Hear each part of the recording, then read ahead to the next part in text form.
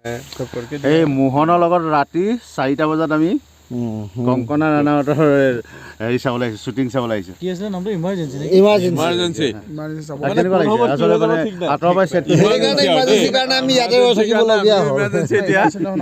আমি ইমাৰ্জেঞ্চিতে ৰৈ আছোঁ। ইমাৰ্জেঞ্চি মানে কথা এটা আছে, তেখেত আগলৈ যাবলৈ দিয়া নাই।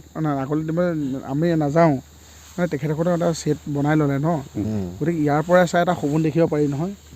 সেই যে আপুনি দেখাব মানে সেই যে লাইট জ্বলি আছে, তাৰ মানে মই নিজকে ইমাজিন কৰিছোঁ দেখি এনেকৈ হয়। কংকনা নামৰ ইমান দূৰত আছে ন, ইয়াৰ পৰা তেখেতসকলে মানে শুভেচ্ছা ইয়াৰ পৰাই জ্ঞাপন কৰিছোঁ। তেখেতৰ কামটো বিৰাট ভাল হওক।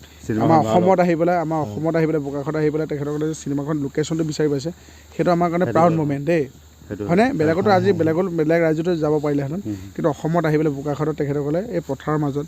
কিন্তু মই এনেকৈ ভাবিছোঁ যে মই ভাইটিকো কৈ আছোঁ যে ইয়াতে ছেটটো মানে লাইটটো জ্বলাই আছে, বেকগ্ৰাউণ্ডত বহুত দূৰলৈকে একোৱেই নাই, পথাৰ। তাৰ মাজত ডিৰেক্টৰে কি বিচাৰি পাইছে যে সেইটোৱে আমি শিকিব লগা বহুত আছে। মই শিকিব লগা মই ভাইটিক বুজাইছোঁ যে মোৰ নতুন কিবা প্ৰজেক্ট আহি আছে তেহেঁতৰ মই তাত যদি মই তাক মানে কৈছোঁ তই সেইটোৱে শিক যে ইমান দূৰত আহি পেলাই লাইটটো জ্বলাই আছে ন, ইয়াৰ মানে বেকগ্ৰাউণ্ডতো আমি চব আন্ধাৰে দেখিছোঁ, কিন্তু ডিৰেক্টৰেতো কিবা এটা দেখিছে তাত, কি দেখিছে সেই শিকিব লগাটো আমাৰ আছে। এইটো গ'ল আৰু মানে ইয়াত মানে 4টা বজাত এটা মানে মোৰ দায়িত্ব ইয়াত অহাটো।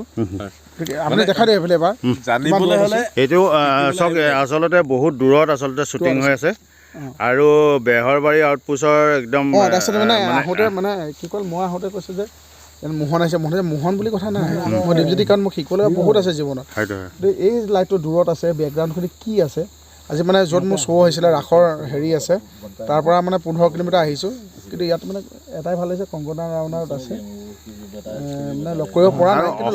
অসমলৈ আচলতে মানে এটা মানে ইণ্ডাষ্ট্ৰী এটা আহি গৈছে। অসমৰ যে লোকেশ্যনটো তেখেতে বাছি লৈছে, সেইটো কাৰণে তেখেতে ধন্যবাদ। আৰু বহুত এতিয়া গম পাইছোঁ তেজপুৰত কোনোবা আহিছে, ঋতিক ৰোশন আছে, কি কয় বলিউডৰ চিনেমা আমাৰ অসমত ইমান প্ৰচাৰ চলিছে, মানে লোকেশ্যনবিলাক এতিয়া চিনি পাইছে, মানে ধুনীয়াকৈ ইয়াতে বহুত কয়লা চিনেমাৰ পৰা আদি কৰি মানে বহুত চিনেমা হৈ গ'ল ন জনপ্ৰিয়। আৰু এই লোকেশ্যনবিলাক যে অসমত বিচাৰি পাইছে, আৰু বহুত বেছি ধুনীয়া লোকেশ্যন আমাৰ অসমত আছে। সকলো আহক, আমি মানে গৰ্ব অনুভৱ কৰোঁ, আৰু এনেকৈ আমি শ্বুটিং চাম আৰু ইয়াৰ মনে সেই শিকিম যে কি আছে ইয়াত শিকিব লগা। আচলতে ৰাস কৰি পেলাই এই ৰাতি 4টা বজাত সেইকাৰণে অহা হৈছে। মেকআপটো দেখিছে না মই মেকআপ কৰি পেলাই যেতিয়া গম পালোঁ যাতে ইয়াত বলিউডৰ শ্বুটিং চলি আছে, মানে ঘৰলৈ যাব লাগে, কিন্তু মইতো ঘৰলৈতো যামেই, কাইলৈ 1 ঘণ্টা 2 ঘণ্টা লেট হ'ব, কিন্তু আহি পেলাই দুটা কথা শিকিব পৰা যাব। কিবা কাৰণত মেকআপ দেখি গ'ল, যদি কৈ গ'লে যে দীপজ্যোতিকাতো ইয়াত কিবা এটা ওলাই দিব লাগে, একদম ওলাই দিম। মোক যদি ইয়াত কয় যে মই লাগিলে একদম লাষ্টত থকা মানুহটোৱে হওক, কিন্তু মই হাতখন জোকাৰি হ'লেও এখন মোহনৰ হাত নহয়, এখন অসম এনে অসমৰ মানুহে মোৰ মৰম কৰি পেলাই এনেকে ক'লে সেইটো চিনি পায়, এনেকৈ চিনি পায় নাপায়, কিন্তু মই এনেকে দিলে এই হাতখন এনেকে উলিয়াই দিম যে মানুহে ক'ব এইটো দীপজ্যোতি কৰ্মন আমাৰ অসমতে শ্বুটিং কৰিছে। আচলতে আপোনালোকে ভাবি থকা দীপজ্যোতি কাউতটো কিমান সহজ সৰল মানে সেইটো কথা মানে ভাবি লওক। আচলতে যে বেহৰবাৰী আপোনালোকৰ লগতহে মই ইমান 4টা 15 4:30 বজাত আহি পেলাই মানে কি বেহৰবাৰী আউটপোষ্টৰ মানে জনপ্ৰিয় অভিনেতা যদিও আচলতে আজি যিখিনি কথা ক'লে আচলতে খুব মানে এটা মানে ভাল লগা কথা, আৰু এইখিনি শিকিবলগীয়া আচলতে মানে জীৱনত বহু কথাই আছে, নহয় নে? সেইকাৰণে ৰাতিপুৱা এতিয়া 4:30 বজাত সেইকাৰণে আমি আহিছোঁ। আপোনালোক দুজনক ধন্যবাদ দেই। আপোনালোকে এবাৰ সুধি দিছে যাবা নেকি, আমি ৰাস কৰি পেলাইতো মানে 4টা বজাত যাবলৈ ওলাইছিলোঁ, আপোনালোকে কৈছে যাব নেকি কংকনা ৰাণাৱতৰ বলিউডৰ শ্বুটিং আছে, মানে যাম, ঘৰলৈ 2 ঘণ্টা পিছত পাম, কিন্তু আহি পেলাই ইয়াতো ৰখাই দিয়াৰ পিছত মোৰ দায়িত্ব কি, তেখেতসকলে কিয় এনেকৈ লাইটটো দিছে, এজনে সেই ৰখাই দিলে বোলে বেকগ্ৰাউণ্ডটো পাই আছে, ইমান দূৰৰ পৰা বেকগ্ৰাউণ্ড পাবনে?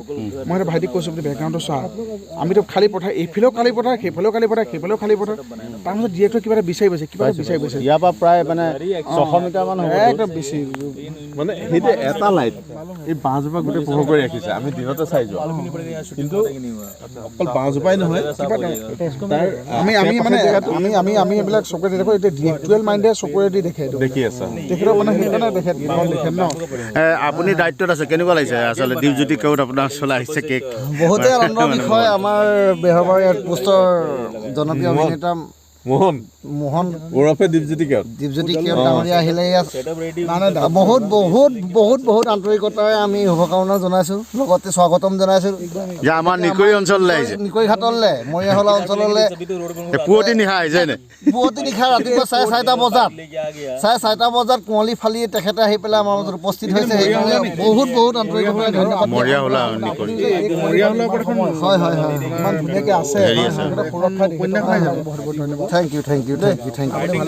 হয় হয় আমাৰ অসমৰ সময় আমি হয় হয়, অসমৰ সন্মানটো মানে খুব বেয়া পৰিস্থিতি তেখেতে যাতে মানে কৈ নাযায়। হয় হয় কিন্তু আপুনি যে সেই মই আহোঁতে আপুনি যে কৈছে, মই যে আপোনাক ক'লোঁ, হয় হয় দাদাহঁতে কৈছে মানে এনেকৈ আমি এনেকৈ চাবলৈ আহিছোঁ, আপুনি যে ৰখাই দিলে আমাক। আপুনি কি কৰে, আপোনাৰ দায়িত্বটো আপুনি মেইনটেইন কৰিছে ন। আপোনাৰ অসমৰ হয় মানে আমি গম পাইছোঁ লোকেল যাব নোৱাৰিব, হয় হয় সেই দায়িত্বটো যে আপুনি ৰখাই দিলে আমাক, সেইটোৱে ভাল লগা পইণ্ট। সেইটোৱে জয় অসম, যেনেকুৱা যি মানুহ নহয় কৰ্তব্যটো মেইন, সেইটো মানে ভাল লাগে। থেংক ইউ, আপুনি ভালে থাকক দাদা। Thank you thank you. এইজন এজন আছে মুম্বাইৰ পৰা, মানে তেখেতে শ্বুটিঙৰ কাৰণে আহি পেলাই कैसा ইয়াতে कैसा लगा आपको असम आया है आप पहले भी पहले फर्स्ट टाइम आया। फर्स्ट टाइम कैसा लगा अच्छा है, आप कहाँ से है बॉम्बे से। बॉम्बे से कंगना रनावत के साथ आप आए हैं हाँ, मैडम के साथ सेकंड फिल्म में है। सेकंड फिल्म है हाँ, कैसा लगा अच्छा है मैडम के साथ, सब सब अभी शूटिंग चल रहा है इधर। शूटिंग चल रहा है जो लोकेशन चॉइस किया है उसके बारे लोकेशन में अच्छा है, फर्स्ट लोकेशन क्या है, सेकंड लोकेशन भी अच्छा है, बिया और लोकेशन आपको देखने थैंक्स मिलेगा। करना चाहते हैं और लोकल पीपुल का मैंने सपोर्ट कैसा है जी? बढ़िया है, बहुत बढ़िया है। लोकल बहुत पीपुल अच्छा का सपोर्ट अच्छा है। Thank you. है, कोई इशू नहीं है। Okay thank you.